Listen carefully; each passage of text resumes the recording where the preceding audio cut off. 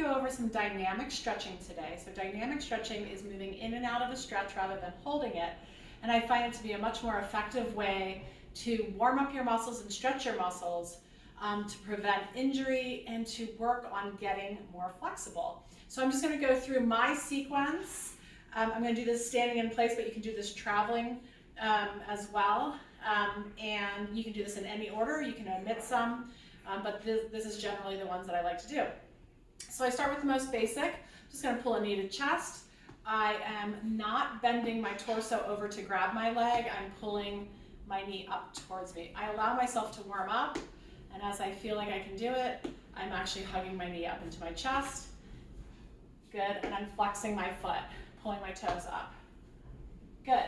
To add to this, we can pull up and then lengthen the leg, step down. And you can see how tight my hamstrings are, lengthen. And I don't care. I'm just working on lengthening them, lengthen. Just a little kick out, lengthen. And they may not look much better than this the longer I do it, but I'm working on getting those hamstrings warmed up. Good, okay. Continuing with hamstring stuff, I'm going to keep my back straight. I'm going to put one heel out and bend the opposite knee and hinge forward. Sweep my arms down, stand up, switch. Sweep down, my back is staying straight. Again, I have no ambitions for touching the ground or folding over deeper. I'm just going to where I feel the stretch. Flexing my toes up. Always return to the upright position. Don't cut these motions in half. It's the full motion that's important. Okay, so then we're going to work on quads, so the front of your thighs, and I'm going to just tap my heel. I'm not going to try to catch it until I warm up. I'm just alternating. I might then try to catch and release. Good, back and forth. I'm not holding it, that's the difference with these.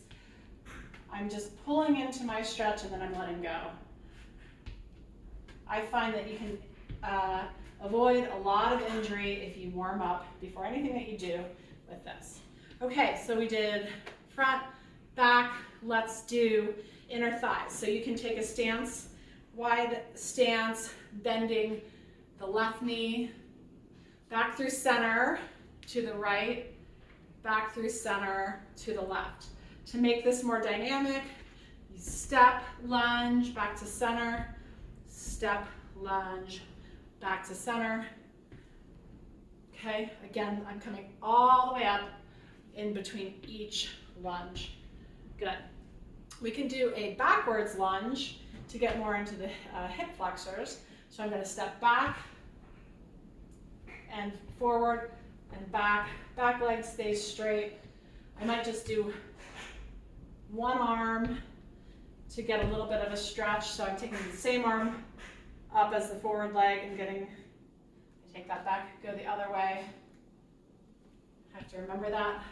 So if my right leg steps back, my right arm's up, and I'm going to take it over to the left, and I'm going to step back with the left. Left arm comes up over to the right, working into a little bit of a stretch.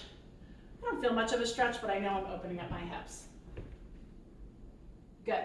Okay, a couple more hamstring ones and good hip openers. We're going to come down, toes are turned out about 45 degrees, and I'm going to come down into a deep squat. Okay, you can come all the way down if you'd like into this monkey squat or sumo squat, whatever you want to call it. Fingertips come to the ground, and then shift your hips up. Back down, shift your hips up. Down, up. Good.